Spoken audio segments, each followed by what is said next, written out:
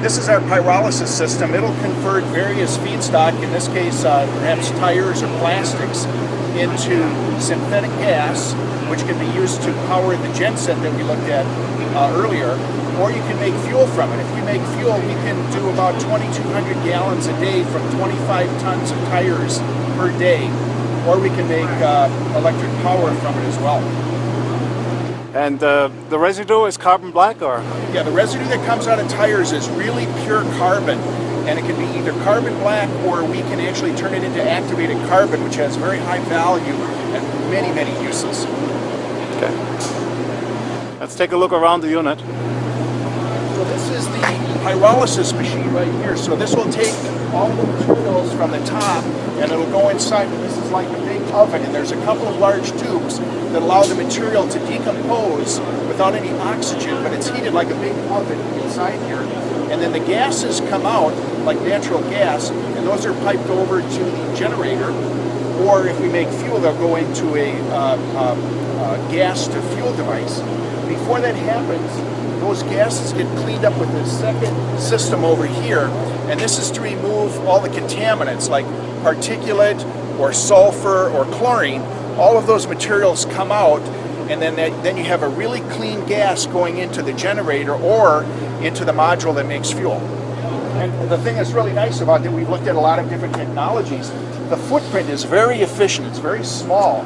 Other systems that we've evaluated and are really quite good have 3 times the footprint that this one has. So this is very compact. Good. Great progress. I love it. This is a really elegant solution. What I like about it is things that are done that are well engineered and appear simplistic have taken years of work to look so simple. But there's things in here about how things move with heat and so forth that are really counterintuitive at times. But by doing this process over the last 15 years, we've got a system that's very simple to maintain, very easy to operate, and very easy to replace parts. If we have to, say every 5 years, replace those tubes inside of the oven, because that's very hot. If you do that for 24 hours a day for 360 days a year, those will wear out over time. So very easy to replace those items every 5 years. And the oil is being wholesaled at what price to who? Well, this fuel that comes out of this, there's 2 choices. You can get off-road diesel, and the price for that is only a few pennies less than on-road diesel. And the wholesale price is the price that we would sell it for. Right now, the retail price for diesel is around $4.50 to $5. The person in between of us is the broker, and they'll usually make anywhere between 75 cents and $1 a gallon. So we'll be selling it for $3.50 a gallon, basically. Wow. Yeah, it's a good price. Or, you know, for less if you really wanted to be exceptional and maybe sell it to trucking companies, for example. Trucking company, you can sign up people. If you want to cut a little bit better price, you can get people to take every drop you make. Right. And the carbon black, how much is produced there, and what is the price that we're getting for that? If you're using tires, about 32% of the weight that comes out as carbon. So if we're using about 25 tons a day, about 8 tons a day is carbon. And that will sell for, if it's carbon black, somewhere around $1,000 to $1,500 a ton. And if you turn it into activated carbon, you can jump that up to $2,000 to $3,000 a ton for activated carbon, depending on the application. And what's the production per day? 8 tons a day. 8 tons a day. 16,000 pounds times a minimum of 50 cents a pound. Yeah. When you're using tires, you get a lot of carbon. And the carbon has a very attractive price, almost better than the fuel at times. If you use plastics, you get less carbon. You get about 8% carbon. So we have tires. We have like 3 million tires making the contract this next week or so. And then we have roofing material, carpeting, construction material, things like that, all high contents petroleum. All those petroleum products that go right through that machine. And you know, asphalt shingles oftentimes have like little bits of metal. It doesn't hurt the system at all. The tube inside is about this big with a big auger in the middle. That stuff just goes right through it. It comes out as ash, your carbon. But we can sift out that bigger materials really easily and separate out the sand particles from the very tiny particles that are going to be the carbon. And we'll take those tiny carbon particles and either sell it as activated carbon, or we'll use a steam process to blow it up and create lots of little holes in it. And that's your activated carbon.